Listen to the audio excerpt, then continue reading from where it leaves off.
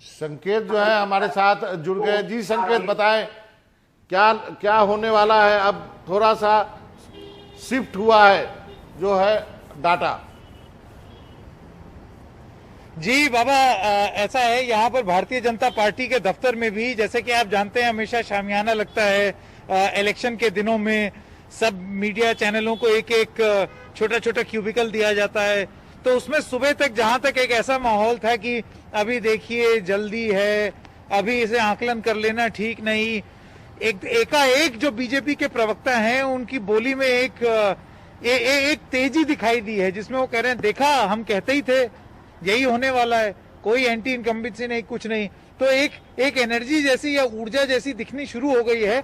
लेकिन जिस तरीके से अभी आप लोग स्टूडियो में डिस्कस कर रहे थे, शायद यहाँ पर भी वरिष्ठ नेताओं को उसी चीज का इंतजार है कि 12 से 2 बजे के बीच में आप सही आकलन लगा पाएंगे कि रुझान किस तरफ जा रहे हैं।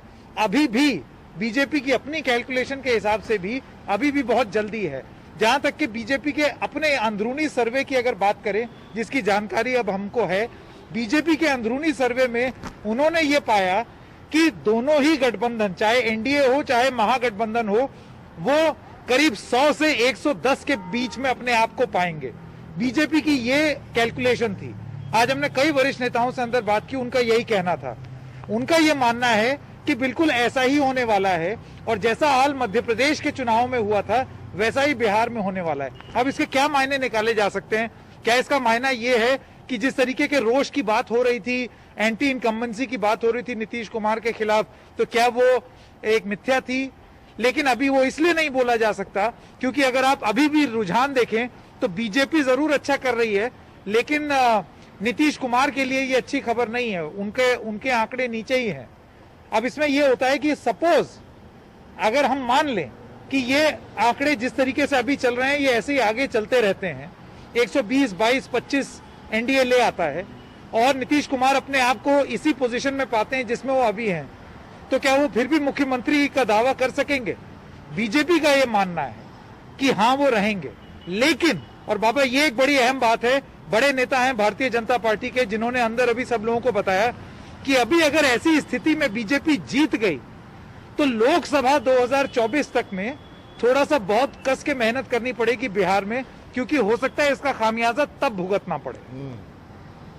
नहीं, लेकिन बीजेपी को तो काफी खुश होना चाहिए। 19 सीटों का फायदा है और जेडीयू को 22 सीटों का नुकसान है, तो इस लिहाज से तो बीजेपी काफी दिया है। जी, इसका तर्क दिया है नेताओं ने यहाँ पर। उनका ये कहना है कि एंटी इनकम्बेंसी अगर कोई चीज थी भी, मान लीजिए, तो वो इस अलायंस पर उसका उतना ज्यादा प्रभाव नहीं दिखा, और बीजेपी पे तो बिल्कुल नहीं दिखा। वो इसलिए नहीं दिखा क्योंकि बिहार की जनता जो केंद्र की जो स्कीम है, उज्ज्वला योजना और अलग अलग जो योजना, बैंक खाते में डायरेक्ट ट्रांसफर, ऐसा बीजेपी का मानना है कि उन सब चीजों का फायदा भारतीय जनता पार्टी को हुआ है।